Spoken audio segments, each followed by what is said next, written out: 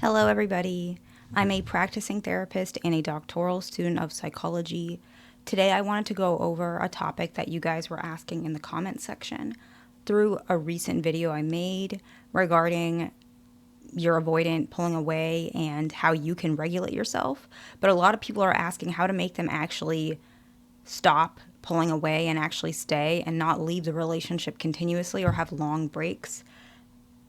Often we can't really control how other people behave. However, there are some ways that we can address this so that it reduces or sometimes that it does actually stop happening. And so we're going to talk about that today. The very first one is something that I think a lot of you guys either don't like to do it or it's hard for you to navigate how to say it so that you can have a little bit more of a reasonable response from your partner from your perspective that's also palatable to them. We want to address emotional reactions or actually shutting, like the reaction particularly is like any shutting down or detachment. It's important to encourage your partner to share their discomfort instead of being upset about it. So for example, let's say you're upset that they didn't text you back or they took long to text you back and they just say, all right, or okay, and they're very shut down. Normally it's because they're feeling some type of an emotion, whether they feel like you're yelling at them, not saying that you are, whether they feel disappointed in themselves, whether they feel embarrassed, and they're taking this incredibly personally. And so usually it's not necessarily your fault. Avoidants are very sensitive to criticism, more particular with dismissive avoidance. And so what you can do is you can mention, hey, I noticed that you're shutting down a little bit, or it seems like there's something bothering you. You usually are more communicative. Is there something I said that's bothering you? And some of them might argue with you and say, I see this a lot in couples therapy. They might say, no, nothing's bothering me. I promise nothing's bothering me. And there is something that's bothering them. And the reason they're saying that is not because they're lying. It's because they actually are not fully aware. But sometimes what can happen is you can say, okay, I understand that you're saying nothing's bothering you. I believe that something I said or did made you feel a type of way or made you feel upset. I just want to let you know that I have no issue addressing that. Whenever you're comfortable sharing that, I really feel like you are feeling something, but I could be wrong. I'm not going to speak for you. Usually by saying it like that, they do self-reflect or even right away. I saw this with a couple yesterday where the wife said something. This is, an example, but the wife might say something, husband or wife, whichever one. She might say, well, I feel like I do know when you shut down, but you just don't let me in. You don't tell me what's bothering you. And he might start realizing eventually, whichever one, any avoidant, might start realizing the way you say it. They might think, okay, maybe I'm lacking some self-awareness. So just keeping that in mind, reflecting, that takes rapport. But it is important to start some of these things in the first couple of years, because if you don't, they're going to not be aware of what, like you might, let's say you hold it in, you never say anything, and then you say it like 5 years in the relationship, they're going to be much more destabilized and confused. Whereas if you mention these things every now and again while you're building rapport, that doesn't mean you have to be angry, it doesn't mean you have to crash out, but just addressing it, they will at least have some awareness. And that's the point of this, because eventually the awareness builds up. The next one is any sort of open dialogue on your side where you can kind of reassure them about what you're seeing. So I'm going to give an example because that probably didn't make a lot of sense. A lot of avoidants, when they're busy, they're a little bit more detached. You might say, have you had a busy week? Or how are you feeling recently? Or how was the meeting? Something that prompts them to talk about what you know or feel that you know is what's bothering them. And so by allowing them to have a little bit of an open dialogue, they might be more comfortable addressing that. And it depends, because some of them don't like that because they might feel like you're trying to imply they weren't good enough or they weren't replying enough, or they know that you're saying they're not responsive. Mention that I'm not saying that because I'm trying to pick on you or bother you. I'm just asking, depending on if like their sensitivity for this particular one and how close you guys are. The next one is understanding timelines. Avoidants just need more time typically to process significant milestones. Let's say you're able or comfortable moving in at 3 years. 3 years of the relationship, a consistent relationship, and they're more comfortable at 6 years. That's double the time. Now, I'm not saying for you to stay, but I am saying for you to recognize that it doesn't matter how much they love you. That is their timeline. That's just who they are, right? Your timeline, when you really love someone, it's 3 years. When they really love someone, it's 6 years. It's not lack of love. It's just different perspectives.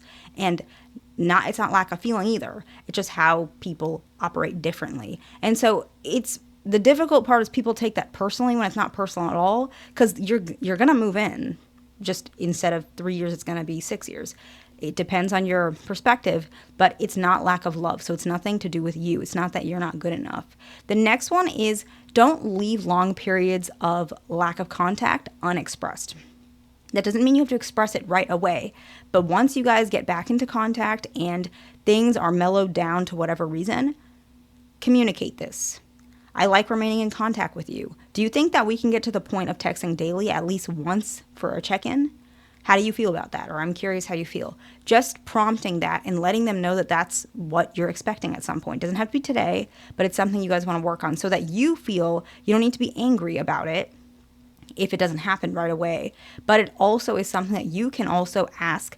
Let's say after a couple months you ask, hey, I've noticed that your texting has become more, forward, and I noticed that you're trying. I appreciate that, but I was wondering if we could still get it to the point where we're texting once a day, whatever your situation is, okay? The next one is any control issues within disagreements. Basically, try not to use ultimatums or threats. This creates a power struggle, and avoidants are very uncomfortable with that feeling because it does trigger a lot of their fears of being controlled and being manipulated. So typically what's going to happen is if you behave this way, if they're fearful avoidant, they may react and want to get you back to some extent. But then very shortly after, they will completely disengage, and they will remember, if they're fearful avoidant particularly, they will remember all the times that you gave these ultimatums or threats, and they'll add up to which their trust for you is just, chipping away. Dismissive avoidants do not do that part.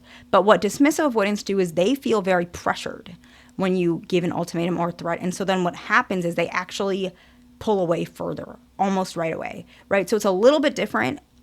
If you give a threat to a fearful avoidant, they might react poorly and pull away, or they might give in to what you're asking for. But eventually, it's almost like subconsciously they're keeping tally marks of all the times you did this to them, to which they're going to use that subconsciously as a way to leave the relationship.